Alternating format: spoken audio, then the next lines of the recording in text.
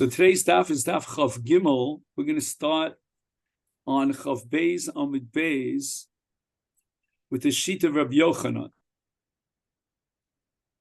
And you'll see this if you count up from the bottom of Chav Beis Amid Beis, 1, 2, 3, 4, 5, 6, 7 lines up.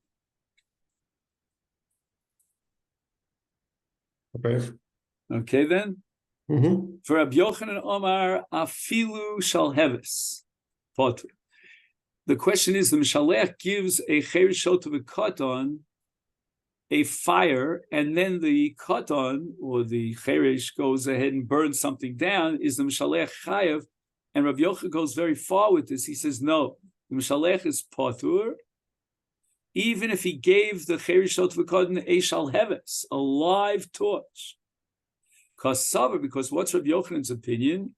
Tzvasa de cherish kagarin, which means tzvasa is when you grab onto something like a pliers, and the cherish grabbed onto this shalheves, and he burnt down someone else's haystack. He caused the nezek. So the mishalech is not guilty of a maisa of mavir, of eish. So in other words, Rabbi Yochanan assumes that eish in general is considered what we call koach hachem uruv bo. It's like zrikas hachetz and isho mishum chitzav, and therefore in the case where the cherish was zorek, the chetz, and not the mishalech, the pikeach, therefore the pikeach is potu. And this is Rashi in interpreting Rabbi Yochanan, that Rabbi Yochanan's shita is the chiyuv of eish is like zrikas chetz. V'lo mechayva de mosar le gavza silta ushraga. Under what circumstances would the mishalef be chayav? And Rabbi Yochanan would concede that he's chayav, and that's where he gave the cheresh dried twigs or logs. And these are flammable, obviously. He gave him silta, which is also something that's made of wood. It's like small pieces of wood, very thin, that are very flammable. And shraga, and he gave him a ner hadolik, a lit fire. And now the Mishalech is basically saying, not in so many words, to the cherishot v'katan, take the two and attach them together. And in that case, this is a pshia for which the Mishalech is chayav. Now, it's very strange over here because, as the Rishonim point out, how could it be that Rabbi Yochanan would say in this case you're chayav, when once again the hezek was caused by the cherish, right? He took the ner and he took the silta, or whatever it was, and he put them together, and then he burnt down someone else's haystack. So you're going to say that the Mishalech is chayav mishum pshia, because that was a terrible pshia on his part, negligence. And Rashi says that the reason for Rabbi Yochanan that you put in the case of shalheves is because it's chetziav shal cheresh. In other words, it wasn't the maisa sreifa of the Mishalech, but rather the cheresh. So here too, in the case where he gave him a shraga together with wood, why should he be chayav? Once again, it's a case of savta the cherish kagaram, svata the cherish kagaram.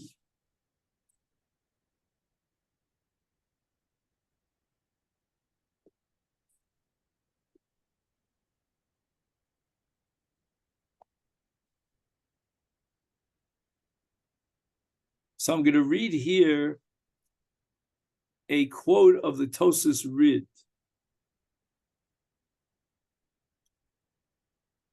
He says the following: Einam shalech chayav elam kein holcha ha'esh me atzma v'hizika.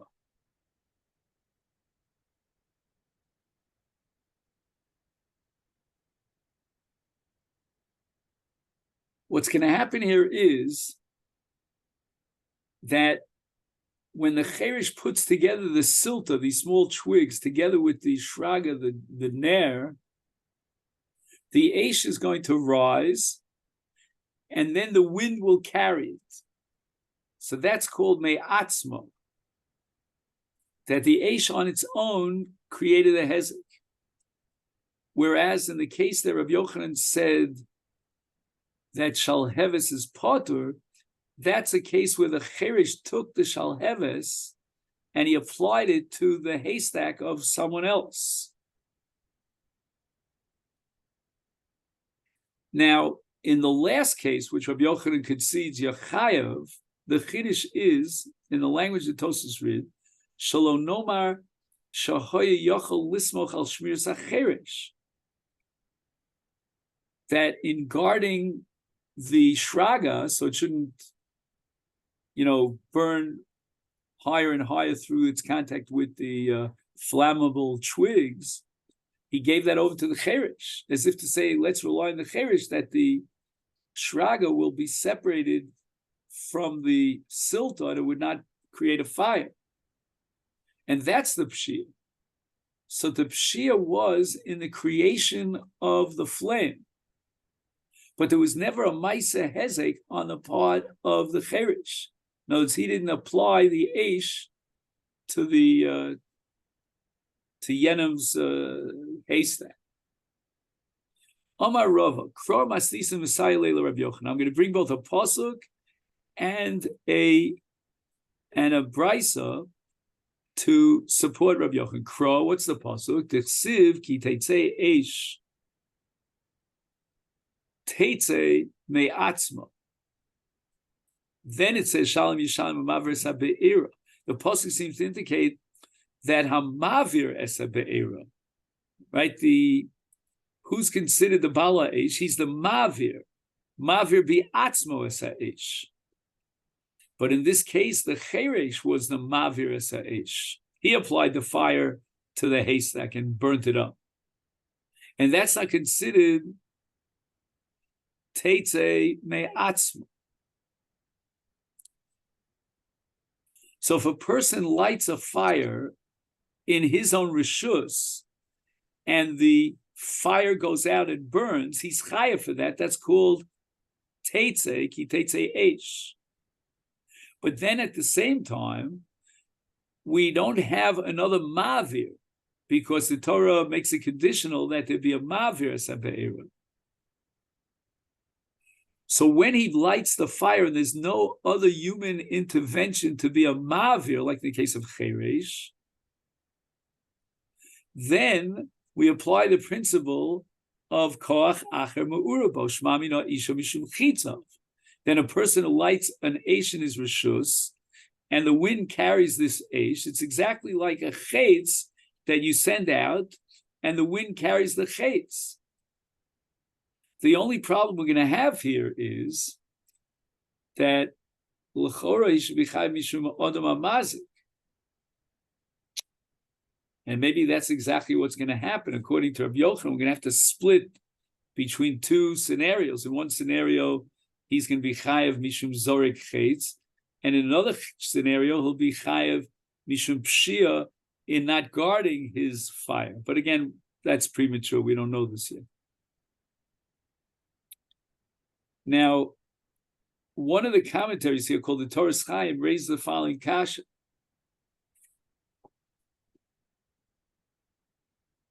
If you have a pasuk and you can prove it from the pasuk, why do you feel compelled to bring a raya from a brisa? Isn't a pasuk sufficient? And he says that we could have rejected and argued against the raya from the pasuk to say that the pasuk is coming for a totally different drasha.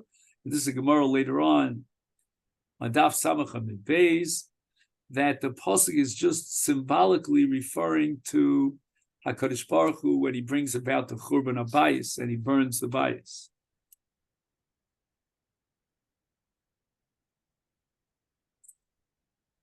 And the Gemara says Masnisa. Where is the raya from a brisa? The Sanya will learn to the brisa. Now we're going to start today's daf, which is Chav Gimel Pasach HaKasa. The Torah begins b'nizkei mamona. It says ki teitzei eish. In other words, the Aish is considered his mamon and went out on its own, and it was mazik.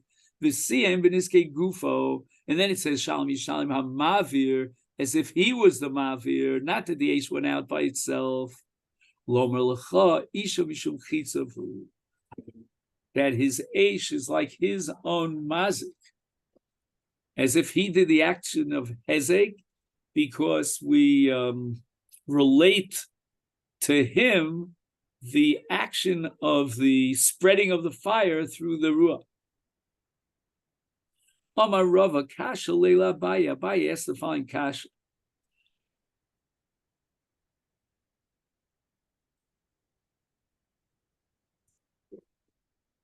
Lemandi Omer Isha Mishum Chitzav. If indeed Rabbi Yochanan understands that the reason why Hamavris Habeira Shalom Yishalom Hamavris is because it's as if he burnt down something, and it's like Isha Mishum Chitzav is Tomim based upon the Rahmanechi Mishkachas. So what would be a case of Eish? Because now you're telling me that the pasuk itself is addressing the case of Adam HaMazik. And in Adam HaMazik, we never found that he's potter from Talmud. Now, the Mishnah later on, Adaf Samachal from in Beis, according to the Chachamim, say that if a person is Madlik Gedisha Shel Chavero, and there are Kalim inside the Gadish, then the Madlik is potter on this Kalim because of the principle of Talmud, that Eish is potter from Talmud. Now, we can only understand that if we assume that this is Momen HaMazik, and then we can pater him on Kalim. Just like Momen HaMazik is potter, let's say Shein versus a Rabbin, or Regel is potter for Chatzi Nezek, and so forth and so on. Bar is potter for the Mekalim. Right, so we have many different dinim of Ptur. So we have a Ptur in the Momen HaMazik of Eish, which is called Talmud. But if you're going to tell me that the Madlik is Chai Mishum Isho Mishum Chitza, which means it's his action as if he sent the arrow out, then it's Adam HaMazik. And we should be mechayev him for Kalim that are hidden in the Gadish, because Adam HaMazik is chai for every single case. The Gemara says in Daf Chavavam in Beis, we didn't get to it yet, that an Adam would liolav afilu bi onus. Even in the case of onus, he's chai. V'nichole. And Abai gave an answer to this question. There are two scenarios of Eish. One is going to be considered Momen HaMazik, and the other is considered Isho Mishum Chitzav and Adam HaMazik. Nafkamin is going to be whether you're chayiv on Kalim. Kalim, I mean Tom. Kigon. Shenofla Dleika Li Oso Chatzir. A person lit a fire in his backyard, and the yard was surrounded by a fence that would prevent the Eish from spreading. So at this particular moment in time, the Eish doesn't have the potential to cross over the what's it called? The gader, the fence, and burn down his friend's field, or his friend's, whatever Kalim are in the friend's field. Then, after the Eish was lit, Nafla Gader, the Gader that separates his Chatzir, the Bala Eish, from the Chatzir of his neighbor, fell. Vidlika, and now the Eish is no longer contained by the barrier of the Gader, Vizika v'Chatzar Acheres. And that's called a Hasam, and here we have a new principle called Kolu Le Chitzav.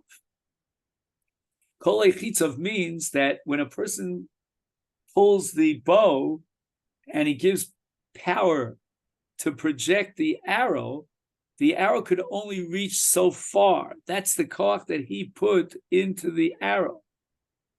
And as far as this person who lit a fire in his chatzah, there was a gud around the fire, then the extent to which the eish could go is up to the gutter, but not beyond. And therefore, if the gutter falls off at this point, the Bala Eish, could not be Chai for the Maisad Loka because it's Kol Lechitza.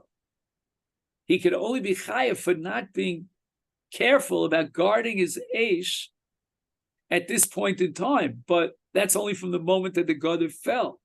And therefore, at that point when the Gadol fell, he's Chai Mishum Mammon Amazik, but not for the Maisad Loka. And therefore, he's not Chai B'Torah Adam Amazik, who would be Chai certainly for Kalim and for Tomun, but rather he's Chai Midin Mammon Amazik. And with regard to Eish, we have a din that Eish is Potter and Tomun. And the Gemara rejects it. Gemara says, if this be the case that we're talking about a case of Kolul Ochitzav, is le'inyan golui nami kol lechitzav. He should be potter completely, not only on Kalim, but on everything. Even on the Gadish, which is golui, which is exposed and revealed, it's not hidden, he should be potter. Because since kol lechitzav, so why should he be chayiv at all? We're holding now that isha mishum chitzav, but in this case, kol lechitzav is mafkia isha mishum chitzav. So the Gemara at this point understood, which we're going to reject immediately, that according to Rabbi Yochanan, Isha Mishum Chitzav exhausts the entire Parsha of Eish. There is no separate category of Mammon Amazik in Eish. There's only one din, and that's Isha Mishum Chitzav. And therefore the Gemara argues that if Kol Chitzav, and he can't be Chayv Mishum Chitzav, that he shouldn't be Chayv at all. And the Gemara now clarifies that point. That's a mistake. Rabbi Yochanan was willing to go a step further. He agrees with his opponents, which in that case, as we saw in Daf Chav Beis, is Reish Lakish, that Isha is certainly Mishum Mamono. Rabbi Yochanan said not only is Isha Mishum Mamono, but in certain cases, Isha is also Mishum Chitzav, and we go beyond Mammon Amazik into other Amazik. But in this particular scenario where the Gader fell, and it wasn't like the Gader was burnt up by the fire, we cannot be Mechayev the Madlik because of Isha Mishum Chitzav, like a Zorek Chetz, but nevertheless, we still go back to the original basic Chiv of Mamono Hamaz. And why is he guilty in this case when the Gader fell down? After all, it wasn't the Aish that he had lit that broke down the Gader. In other words, he was notified, the Baal Ha'esh, hey, buddy, the Gader of your Chotzer, that gate around it that you were relying on to prevent the Aish from hopping over to Yenam's Chotzer, that Gader fell down. And at that particular moment, although he's not Chayiv for that Lakas Aish because of Kol Chitzav, nevertheless, he's chayiv now because he didn't put up the fence again. And he's got a dangerous fire that he's responsible for. The Hasam Shoro, hu v'lo tofach bi'ape. This is like a case of a person who brings his ox into a corral and he doesn't lock the door. If the shor goes out, if the ox goes out and damages, the Bailam HaChayev b'tashlim and nezek here too. He was poshev the Shmiras HaEish. He did not prevent the Eish as he should have from damaging his friend's Gadish. So therefore, now that the Chiv is Mishum Mammon HaMazik and not Chitzav and Adam HaMazik, therefore he's Chayiv only for Golui, but not for Kelim Tmunim. So the Gemara asks immediately, V'chimiacher demand Islay Mishum Chitzav Islay na Mishum Mamono, my Beinayu. So what is now the machlokas between Rav Yochanan and Reish Lakish? After all, you're telling me now that Rav Yochanan concedes to Reish Lakish that Isha Mishum Mamono. So wherein lies the machlokas? Now, this question in the Gemara is a little bit problematic, to say the least. There are many, many nafgaminas between Rav Yochanan and Reish Lakish. And this was a sugya back on Daf Chav Beis that the Gemara speaks about a kelev shenatal charora or a gamal shayiton pishton, and in all these cases, Eish is not considered mamono shel bala kelev or gamal, because the kelev took someone else's charoro. The gamal had a burning pishton that he was carrying someone else's pishton. And Reish Lakish says, therefore, he's potul legamrei, whereas according to Rabbi Yochanan, he's chayev mishum tzroros. But the Gemara here in asking my beinayu is in talking about a case where the eish belongs to the madlik. And even in this case, there's a machlokas samuroim, as the Gemara was medayik from the lashon of isha mishum chitza. So the Gemara says, I don't understand. Until this point, the chiluk between Rabbi Yochanan and Reish Lakish, even in the case where the eish belongs to the madlik, is in a case where there's a god there between the two chatzeros which fell. But now that we're saying that even Rabbi Yochanan agrees to Reish Lakish that he's chayav, despite the fact that there was a god there, just saying a pasuk in Tehillim, as soon as I hear the planes going over. So therefore, what's the difference between the two? And the Gemara answers,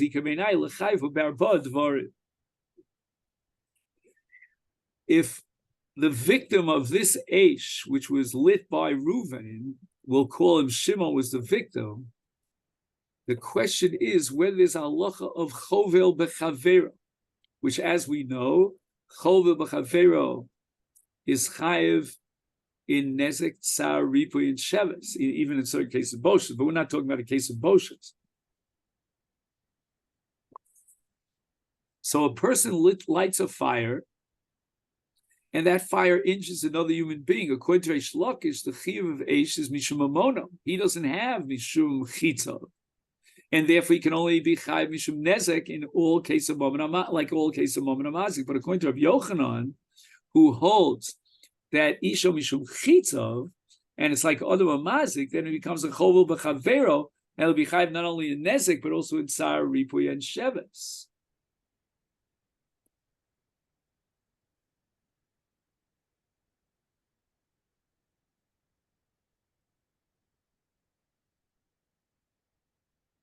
Now, why isn't he chai for Boshes? This is a Gemara later on at Daf Chav Zayin, that Boshes has another Tanai of his Kavi Lahazik.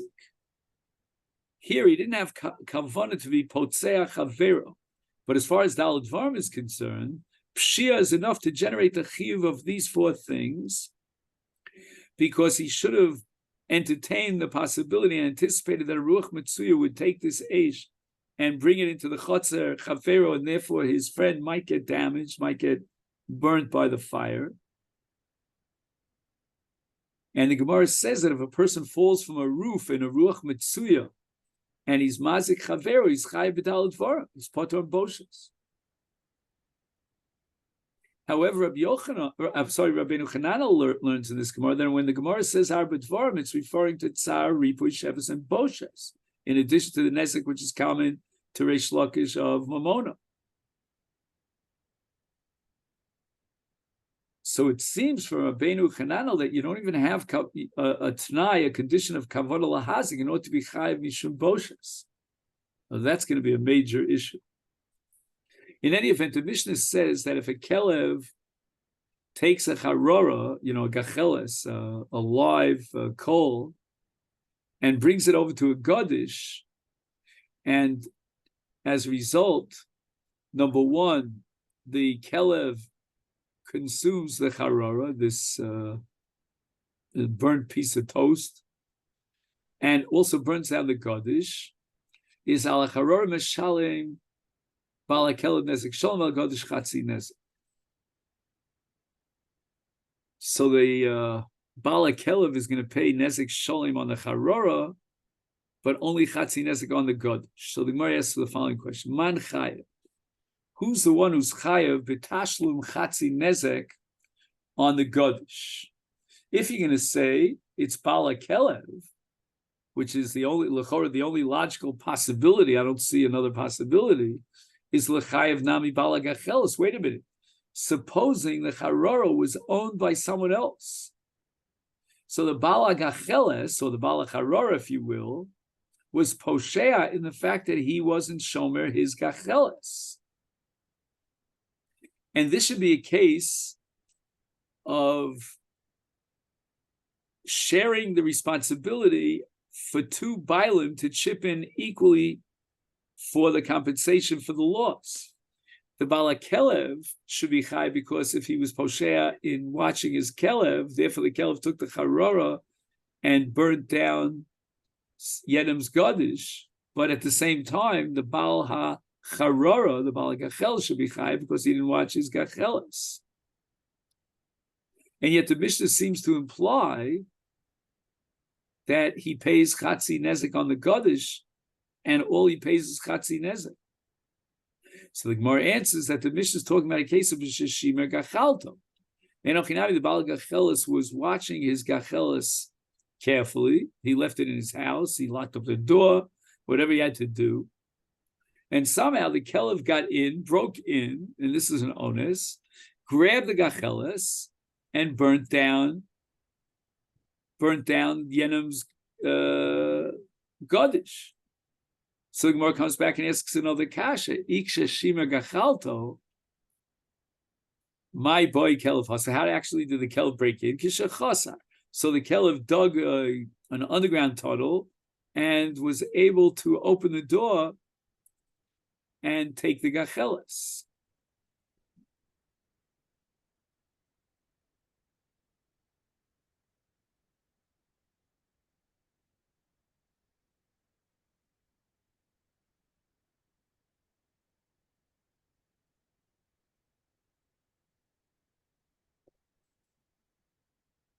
So now the question is, why is the Baal HaKelev chayav only Chatzi Nezek on the Godish? I understand why the Baal HaGacheles is potter for paying for the Godish because he did not anticipate that a Kelev would dig its way in and break open the locked door and take the Gacheles. But I'm not sure exactly why the Baal Kelev is not chayav nezek shalom on the Godish. I have a feeling that this might be considered sroro. So let me just think about that for a second.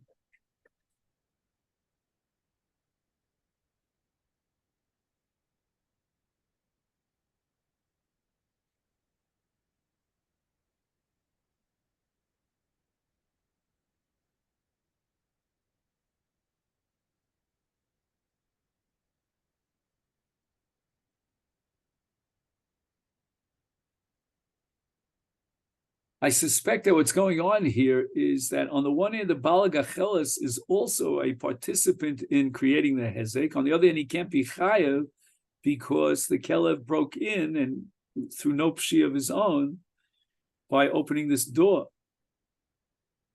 But you can't be mechayev the Baal HaKelev Nezek Sholem because really there was another participant in the Hezek. Omar of Mori, Breder of Kahanas also Meres. From the fact that the Baal HaKelev is chayav full tashlum on the charora, even though it was, how did the Baal HaKelev, how did the Kelev get a hold of the gacheles of this charora? Through chatira. So we have to derive the conclusion, says Rav Mori, stam dlosos chaturos eitzel Kelev. In other words, when you lock the door, you should know that the Kelev is going to dig below and break down the door. And therefore, this is called urche, and it's not called mishuna, and therefore he's chayiv nezek sholem on the charora.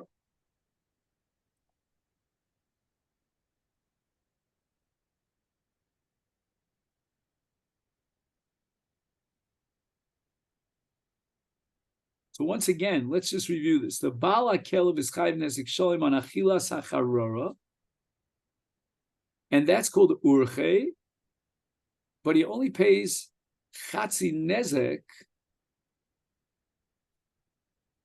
Just 1 second.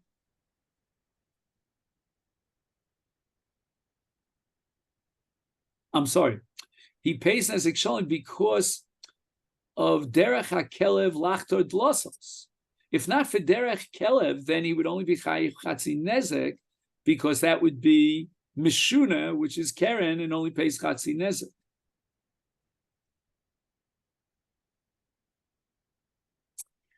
I find this very difficult, Ira. I'll tell you why. Because once he was choter and he dug it up, then what's going to inhibit the kelev from eating the charora? That's not mishuna. That's mamish shein. But I guess we're saying that if we would say that ein derech hakelev lachto delasos, then maybe the Baal Kelev would be potter and gansen on the on achilas hacharor. This would be a case of onus, but it's not a case of onus.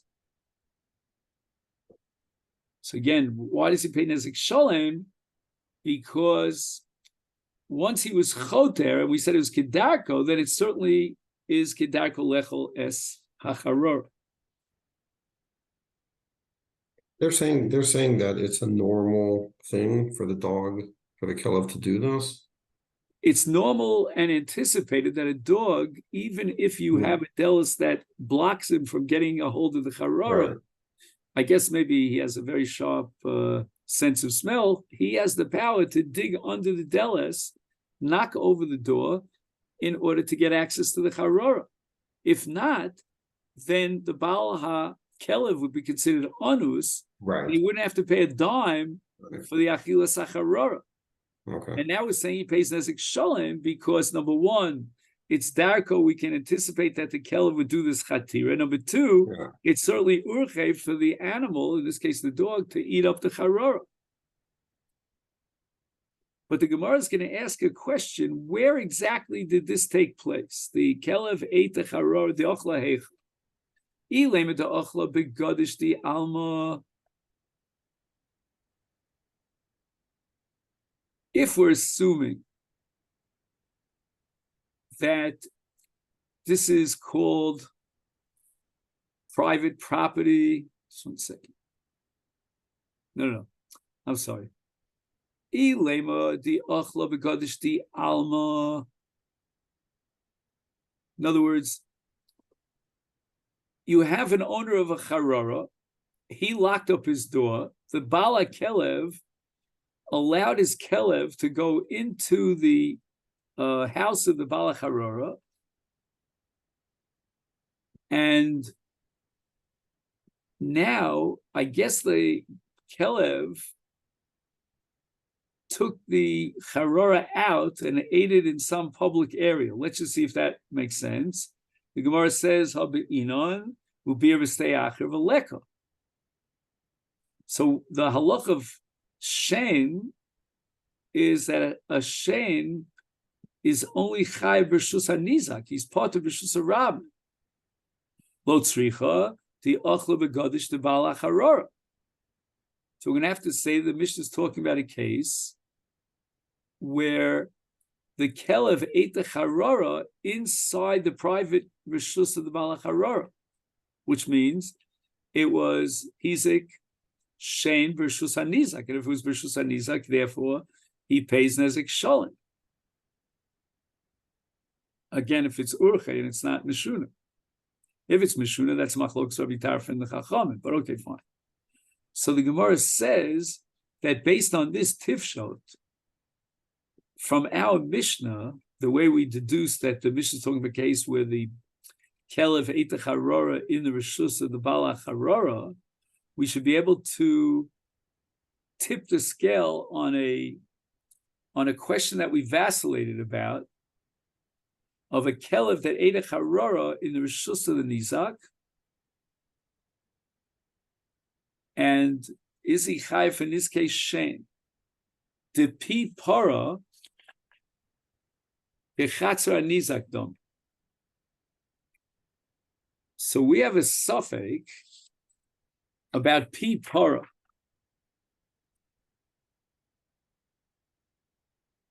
What's the status of the mouth of the para that eats something in the chatzar nizak? Is that called reshus hanizak?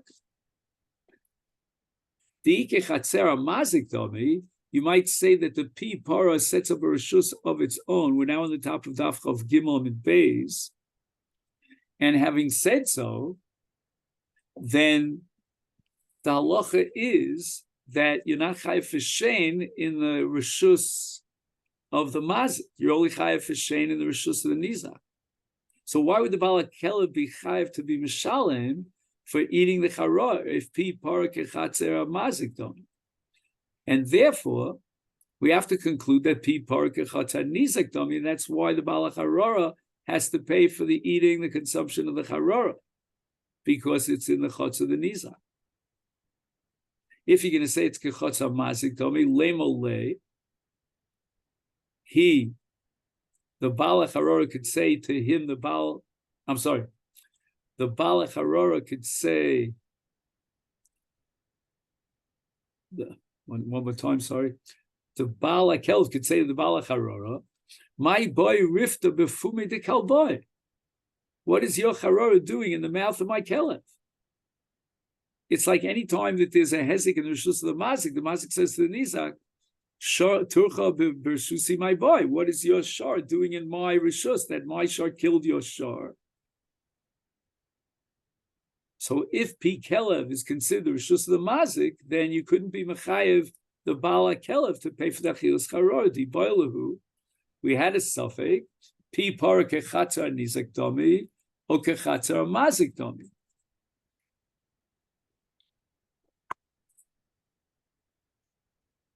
The Amrit, if we're going to say that Pi Para Kechatzar Mazik Domi, so the Gemara says, Shein de B'chayev Rachmon Hechi Mishkachas Lo. I mean, when are you going to be chayev for Shein? Shein is always in the Pi Para. It's always in the mouth of the animal that ate it.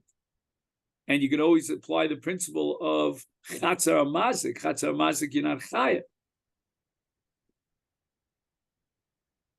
So therefore, we're going to have to assume that the Achilu took place in the Rishus of the Baal, meaning of the Nizak, and Pi Para is considered Chatzar Shal Nizak and not Chatzar Mazik. So the Gemara now wants to understand what was the suffix, Iboilahu, what were they vacillating about with regard to Pi Para? For sure, it can't be Kechatzar Mazik, because then you could take the entire parasha of Shein and just rip it out of the books. It's a null set. Rav Mori Braid Rav Kahana, even if I were to tell you that Pi Para Kechatzar Mazik Domi, we could still possibly be Mechayev Mishum Shein. Why? Kigon shenischacha bekosel anaoso v'tinfa peres lanaoso. So now we're getting down to what's called the Toldus of Shein. And the Toldus of Shein is where the Shein benefits from not an act of achila, but an act of hezek, like tinfa peros, nischacha bekosel, it knocks down the kosel. So in all these cases, we can be mechayev the bailim for nizkei shein, because any nezik that's done by the animal lanosa is called nizkei shein. But enochinami, if the animal eats something in the chotzar nizak, it's very possible that the bailim are potter, because Pi Para kichotzar mazik tom. Maskif lomar zutra v'beina, but the Torah describes shein as kasha yavair hagol atumo v'leka. In other words, this is called machala karna, where the animal completely, totally consumes the food that it eats. But in the cases of nischacha b'kosel or tinfa peres lanaosa, there's no machala karna. True that it adds filth to the peros, but the peros are still in existence, not ad tumo. And Ravina answers, Omar, it's possible that the behemoth is Machalya Karna in a case of the Shaft Salmi.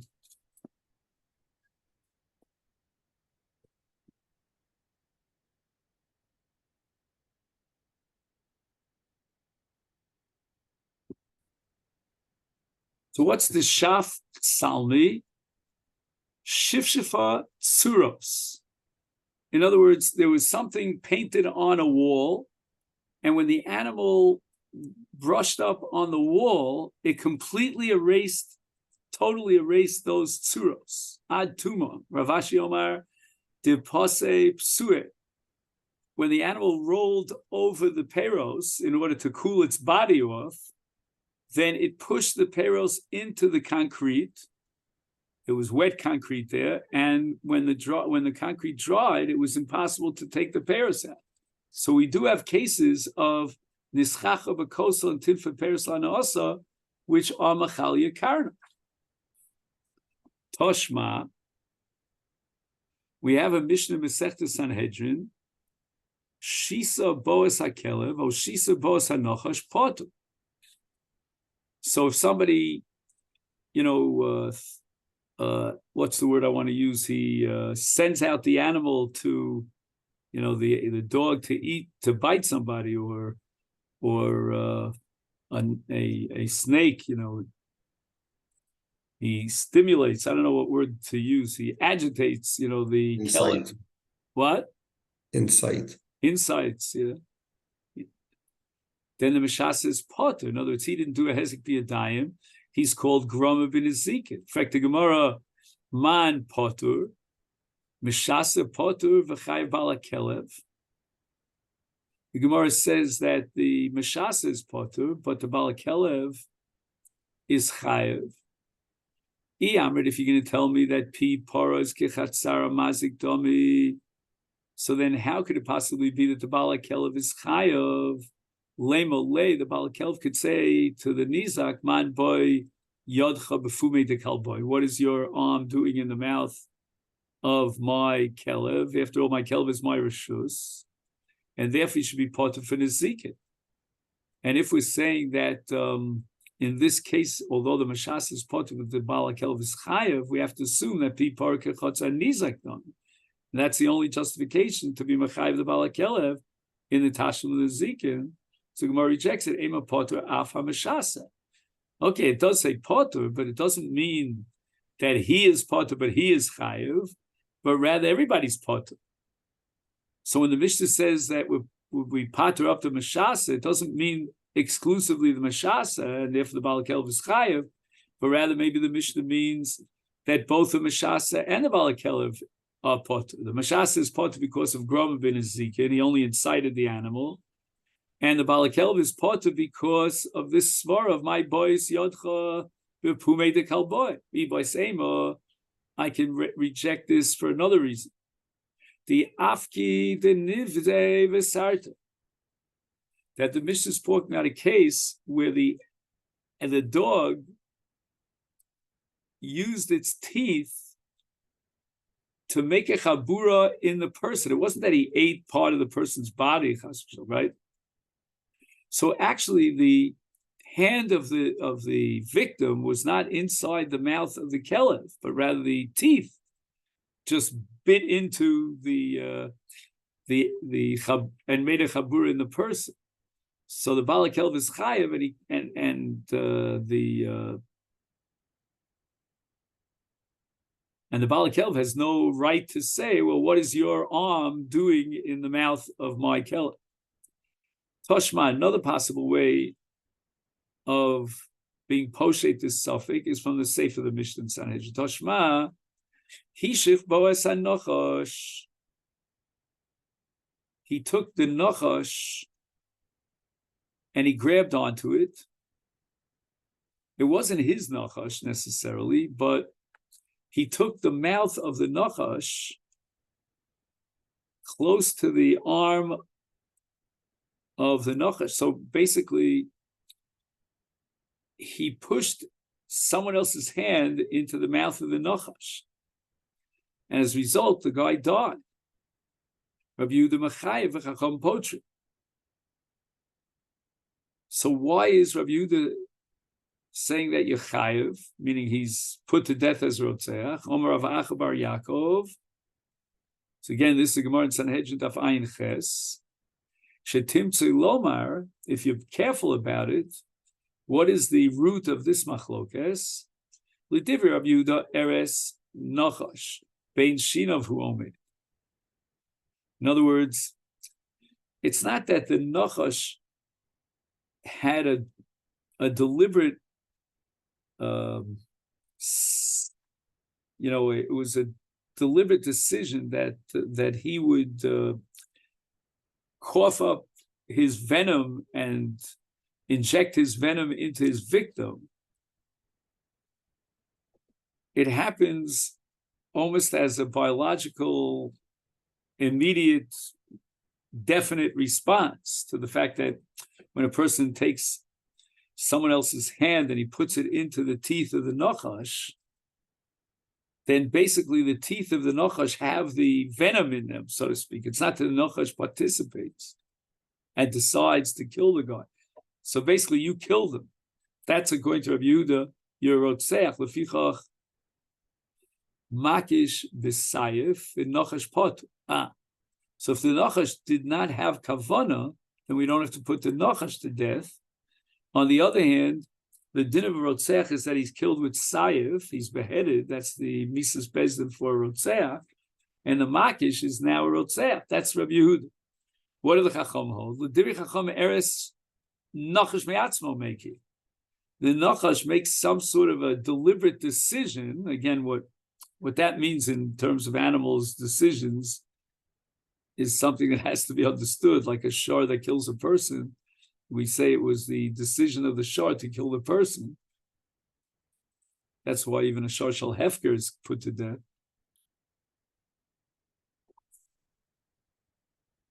So if eres nachash me'atzmo hu meki, then the makish is considered a gorem because the nachash is really the rotzeach, and the nachash has to be put to death with skila. It's interesting to take a nachash and stone a nachash. If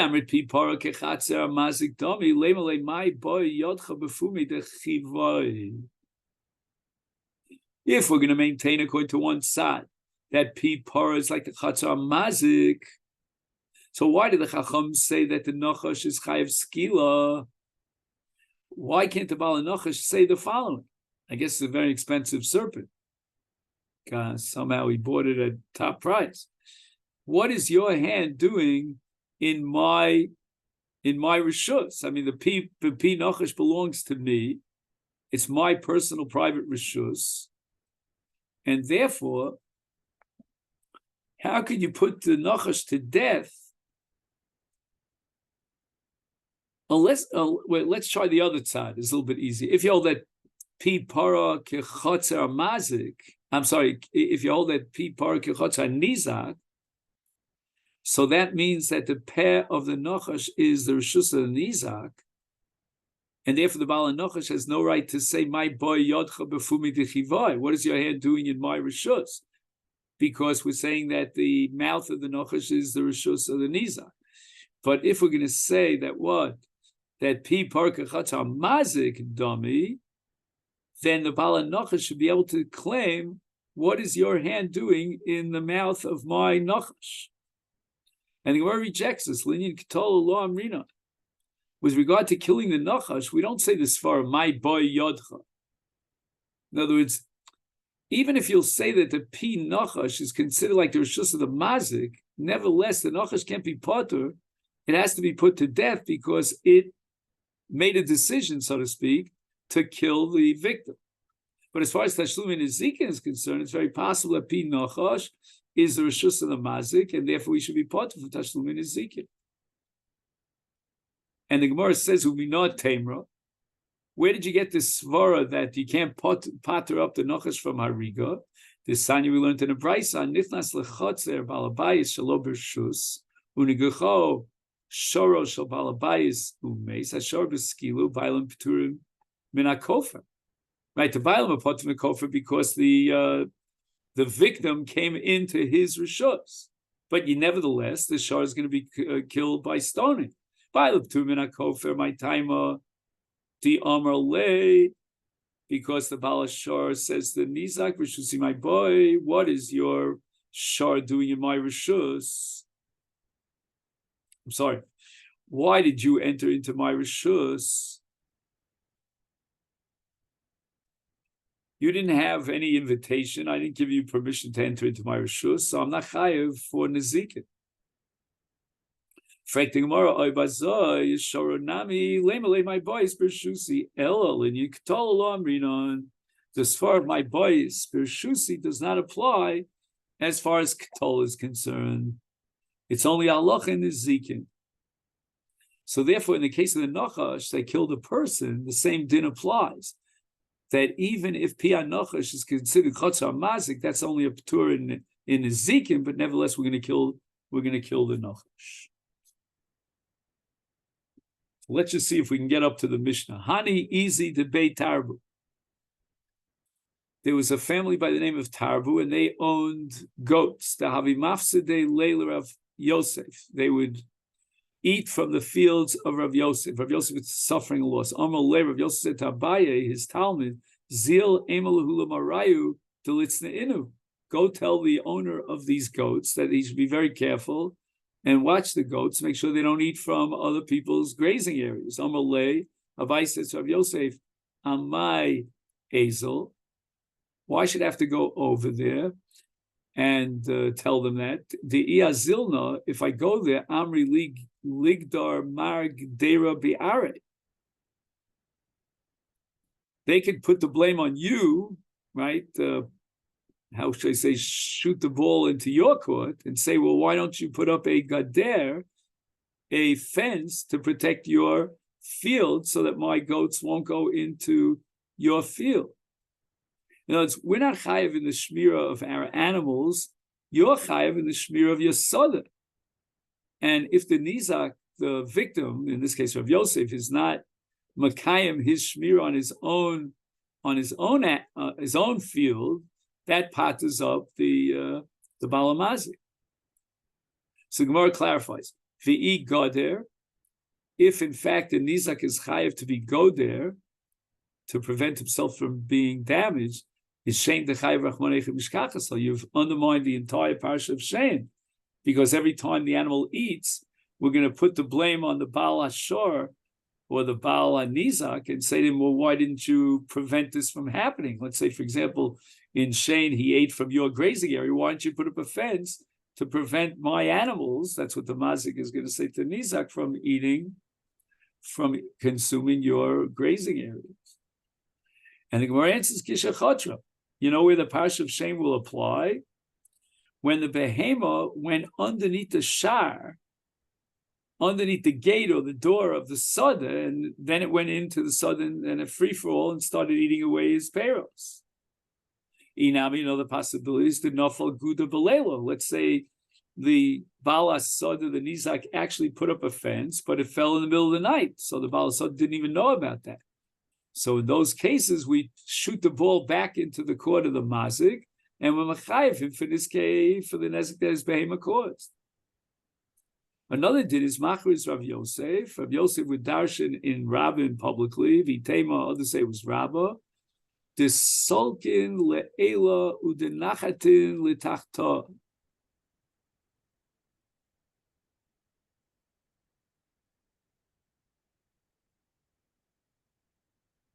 So again, if it was Rabbah who gave the drasha, then he gave the drasha in Eretz Yisrael to the Babylonian Jews who came up to Eretz Yisrael and Aliyah. And if it was Rav Yosef, then there were Jews from Eretz Yisrael that came down to Bava. Hani easy the shuka. Now, the word shuka means butchers. So there are goats that are owned by butchers. They're going to shech the goats. But they're waiting until the Yom HaShuk. In other words, they want to sell fresh meat at the highest price. The mafsidi, and now in the meantime, until they go ahead and they shech their goats, these goats are eating the fruits of other people's fields. Is masrina b'marayu treu tlosa zimne. We're going to give 2 or 3 warnings. Question is why 2 or 3 to the butchers. Itzais. If they observe that warning, great. The low, if they don't guard their goats to make sure that they don't they don't, eat from other people's fruits, then basically we got to get rid of these goats. Amrin Le, we say to the owner of the goats, Tiv amosachta v'kabel zuzach.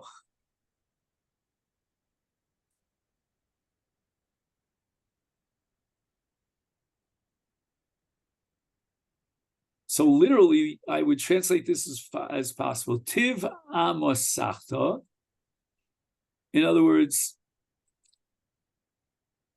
right now, you have to, in effect, sell your goats, because otherwise, if you're not watching them properly, they're going to cause damage to others. So whatever monies you will make now, or when the shuk opens up down the line, that's the amount of money you're going to make. You're going to have to suffer the loss or not make the profit and the gain margin, because they're omdos l'shchita. In other words, we have to shech them before the Yom HaShuk. We can't wait till the Yom HaShuk, because we have to protect the owners of Sados from the damage caused by these goats. Okay, then, so this is where we're going to stop here on the bottom, the Mishnah on the bottom of Chaf Gimel Amid Beis. I'll take this opportunity to wish you a great week, and we should only hear thank you, Shkoda. Better news. We're hearing some very sad news lately. Hashem should protect us.